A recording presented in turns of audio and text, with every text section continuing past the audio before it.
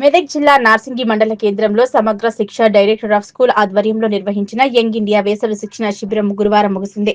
ఈ కార్యక్రమానికి ఇన్ఛార్జ్ మండల విద్యాధికారి గంగాబాయ్, జిల్లా పరిషత్ ఉన్నత పాఠశాల ప్రధానోపాధ్యాయుడు పూర్ణచందర్ ముఖ్య అతిథిగా హాజరయ్యారు. ఈ నెల 1వ తేదీన మొదలైన శిబిరంలో 6 నుంచి 9వ తరగతి విద్యార్థులు ఉదయం 8 గంటల నుంచి 11 గంటల వరకు computer, arts and craft, education, indoor games, yoga, meditation పై ప్రత్యేక శిక్షణ ఇచ్చారు.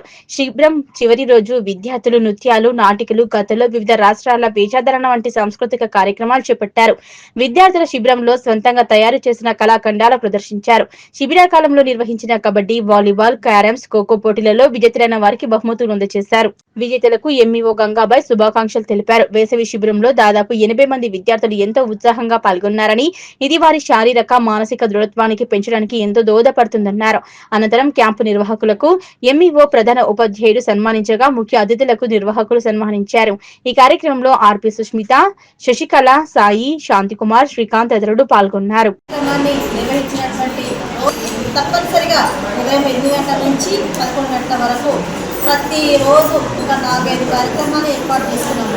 అన్నిట్లో ఎందుకంటే విద్యార్థులందరూ ప్రభుత్వం ఏంటంటే విద్యార్థులు వేసవి కాలంలో ఎండల తీవ్రతకు తట్టుకోకుండా వాళ్ళకు ఉన్నటువంటి అనారోగ్య పాలైన ఉద్దేశంతో వారికి ఒక మంచి నైపుణ్యాన్ని కల్పించాలి, వారికి ఒక మంచి ఆరోగ్యాన్ని ఇవ్వాలనే ఉద్దేశంతో ఈ శిక్షణ కార్యక్రమాన్ని ఏర్పాటు చేయడం జరిగింది.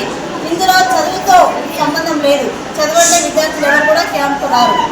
ఈ కార్యక్రమానికి ఏంటంటే ఈ వేసవి సమరాలకు రానని ఉద్దేశంతో చదువుతో సంబంధం లేకుండా పాటలు, నాటకాలు, మరి కుట్లు, అల్లికలు, అలాగే indoor games, outdoor games, sports, karate, మరియు మీకున్నటువంటి కంప్యూటర్ శిక్షణ కావచ్చు, ఇంకా ఇతరత్ర జానపద గీతాలు కానీ, స్టోరీస్ కానీ, మరి మనము తెలంగాణ ప్రాంతంలో ఉన్నందున ఈ తెలంగాణ ప్రాంతంలో మనము అవలంబించేటటువంటి ప్రతి ఒక్క కార్యక్రమాన్ని కూడా మీరు వీక్షిస్తూ మరి ఈ కార్యక్రమాన్ని ఇంత చక్కగా మీరు ఆస్వాదిస్తారని చెప్పే ఉద్దేశంతో ఈ కార్యక్రమాన్ని ఏర్పాటు చేయడం జరిగింది.